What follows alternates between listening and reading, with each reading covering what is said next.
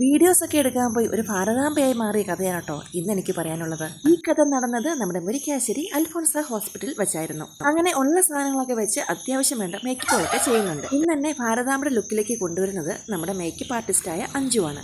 അഞ്ജു ഇതിനു മുമ്പും ഭാരതാംബയായിട്ട് എന്നെ ഒരുക്കിയിട്ടുണ്ട്. ഒരുപാട് മേക്കപ്പുകളൊക്കെ വാരിക്കോരി ഇടുന്നതിനോട് എനിക്ക് ഒട്ടും താല്പര്യമില്ല. അതിനാൽ തന്നെ വളരെ സിമ്പിൾ ആയിട്ടുള്ള മേക്കപ്പ് ആയിരുന്നു അഞ്ജു എനിക്ക് ചെയ്തു തന്നത്.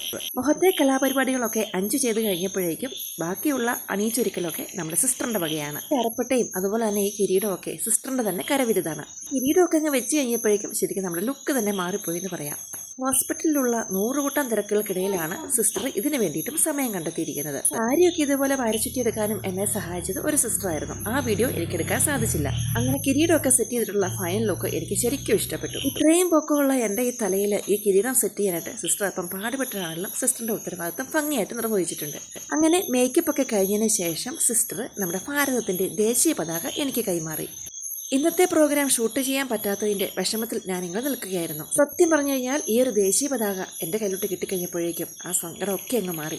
ശരിക്കും ഒരു വല്ലാത്തൊരു അനുഭവം തന്നെയായിരുന്നു അത്. ശരിക്കും പറഞ്ഞാൽ എന്നേക്കാൾ സന്തോഷം ഈ സിസ്റ്ററിനാണെന്ന് തോന്നുന്നു. ദേശീയ പതാകയൊക്കെ പിടിച്ച് സിസ്റ്ററും എൻ്റെ ഒപ്പം കുറച്ച് ഫോട്ടോയ്ക്കൊക്കെ പോസ്റ്റ് ചെയ്യുന്നുണ്ട്. അങ്ങനെ എല്ലാവരും റെഡിയായി ഷൂട്ടിംഗ് ലൊക്കേഷനിലേക്ക്. ഈ സെറ്റ് സാരിയിലൊക്കെ നമ്മുടെ ചേച്ചിമാരൊക്കെ വളരെ സുന്ദരിമാരായിട്ടുണ്ട്. ഈ ഒരുങ്ങി പിടിച്ചുള്ള പോക്കെ കാണുമ്പോൾ ഇപ്പൊ തന്നെ ഷൂട്ട് കഴിഞ്ഞിട്ട് വരുമെന്ന് നമ്മൾ വിചാരിക്കും. അങ്ങനെ നമ്മൾ ഷൂട്ടിങ്ങിനായി ഉദ്ദേശിച്ച ലൊക്കേഷൻ ചെന്നപ്പോഴേക്കും പണിയൊരൽപ്പം പാളി. ഇവിടെ ഇപ്പോൾ നല്ല വെയിലാണ്. അതുകൊണ്ട് തന്നെ നമ്മൾ ലൊക്കേഷൻ അടുത്ത സ്ഥലത്തേക്ക് മാറ്റുകയാണ്. അങ്ങനെ അടുത്ത ലൊക്കേഷനിലേക്ക് ദേശീയ പതാകയൊക്കെയായി ഞാനും ഇവർക്ക് പിന്നാലെ നീങ്ങുകയാണ്. ഈ അടുത്ത ലൊക്കേഷൻ എവിടെയാണെന്നല്ലേ? നമ്മൾ നേരെ പോകുന്നത് നമ്മുടെ സെന്റ് മേരീസ് ഫൊറോന ചർച്ചിലേക്കാണ്. അപ്പോൾ പ്രോഗ്രാമിനെ സഹായിക്കാനായിട്ട് അവിടെ എത്തിയപ്പോഴേക്കും നമ്മുടെ വികാരി അച്ഛനും എത്തിയിട്ടുണ്ടായിരുന്നു. നമ്മുടെ മേക്കപ്പ് ആർട്ടിസ്റ്റ് അഞ്ജുവിന്റെ കുഞ്ഞാണ് അച്ഛൻ്റെ കയ്യിൽ ഇരിക്കുന്നത്. ഇവരൊക്കെയാണ് നമ്മുടെ ഇന്നത്തെ പ്രോഗ്രാം ഷൂട്ട് ചെയ്യാനെത്തിയ ക്യാമറമാൻമാർ. കുഞ്ഞിനാണെങ്കിൽ അച്ഛനെ നന്നായിട്ട് ഇഷ്ടപ്പെട്ടെന്ന് തോന്നുന്നു. അച്ഛൻ്റെ കയ്യിൽ നിന്ന് മാറുന്ന ലക്ഷണമില്ല.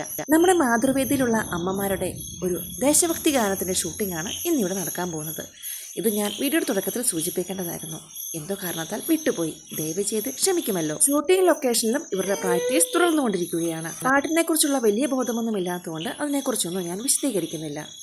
പൂച്ചയ്ക്ക് പൊന്നൊരുക്കുന്നോടത്ത് എന്ത് കാര്യം. അതിനാൽ തന്നെ ഞാൻ ഇവിടെ നിന്നും കുറച്ച് വീഡിയോസ് ഒക്കെ എടുക്കുന്നുണ്ട്.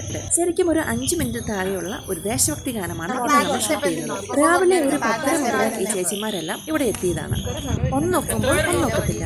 ഏകദേശം ഒരു 2:30 കൂടിയാണ് ഇന്നത്തെ ഷൂട്ടിംഗ് ഒക്കെ അവസാനിച്ചത്. ഈ ഒരു 5 മിനിറ്റിന്റെ വീഡിയോ ഷൂട്ട് ചെയ്യാൻ എടുത്ത സമയം 11 മണി മുതൽ 2:30 വരെയാണ്. ഈ ഒരു 5 മിനിറ്റിന്റെ വീഡിയോയ്ക്ക് എത്ര പേരുടെ കഷ്ടപ്പാടുണ്ടെന്ന് നമ്മളൊന്ന് മനസ്സിലാക്കണം. അതേപോലെ നിങ്ങളുടെ മുമ്പിലേക്ക് എത്തുന്ന ഓരോ ചെറിയ വീഡിയോയ്ക്ക് പോലും ഞങ്ങളെപ്പോലുള്ളവർ എത്രമാത്രം സമയം സ്പെൻഡ് ചെയ്യുന്നുണ്ടെന്ന് ഊഹിക്കാമല്ലോ. നല്ലൊരവസരം എനിക്ക് തന്ന എല്ലാവർക്കും ഒരുപാട് നന്ദി. ഏവർക്കും ഹൃദയം നിറഞ്ഞ സ്വാതന്ത്ര്യദിന ആശംസകൾ.